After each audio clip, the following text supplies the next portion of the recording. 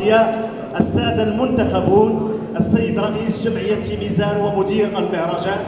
السادة رجال السلطة، السادة رؤساء المصالح، السيدات والسادة ممثلو المنابر الإعلامية، السيدات والسادة ممثلو الجمعيات وفعاليات المجتمع المدني، السادة الصناع وأنامل الإبداع،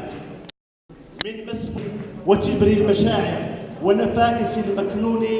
نصوغ اليوم درة التاج وذروة الابتهاج، ندبج ونتوج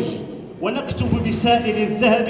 على صفحات الفضة نسخة رابعة محلاة بطبوع الإبداع موقعة بأنامل الصناع تستضيف الأمصار.